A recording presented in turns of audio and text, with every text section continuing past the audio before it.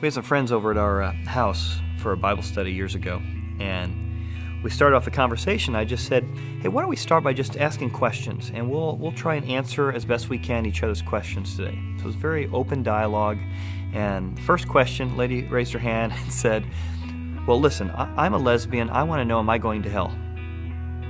I was like, pass the crackers, you know?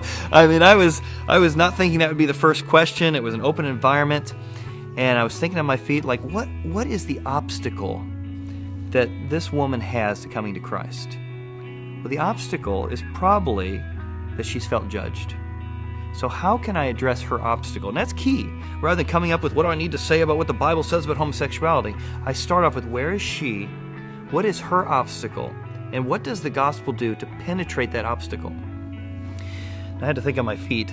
My response to her was, well, I'm a coveting, lying, lustful liar. Do you think I'm going to hell? She's like, well, what do you mean? I said, the Bible offers forgiveness. The Bible's all about forgiveness and how it can forgive us. And I said, no, what makes you ask that question? She goes, well, I'm just afraid I'm going to get judged. I've been judged my whole life. I know Christians are all about judging. The Bible's all about judging. To which I answered the question beneath her question. Her real question was, am I going to get judged? So I answered that in the context of why the Bible makes you tolerant. Now again, she may not mean the word tolerant the way I mean it, but here's what I said.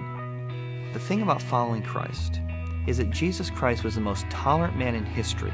He looks at the faces of his enemies, those pounding nails into his hands and his feet, and says, Father, forgive them, for they know not what they do. Have you ever heard of anything that tolerant?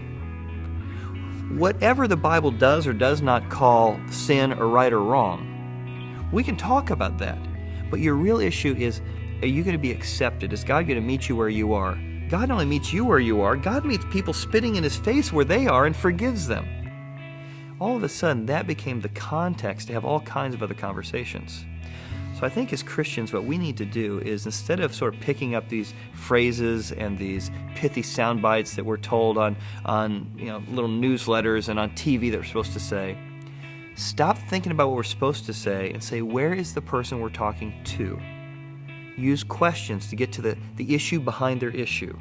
And then find a way to frame the gospel without compromising it. Frame it in our current context of our culture in a way that's attractive and woos people to the gospel.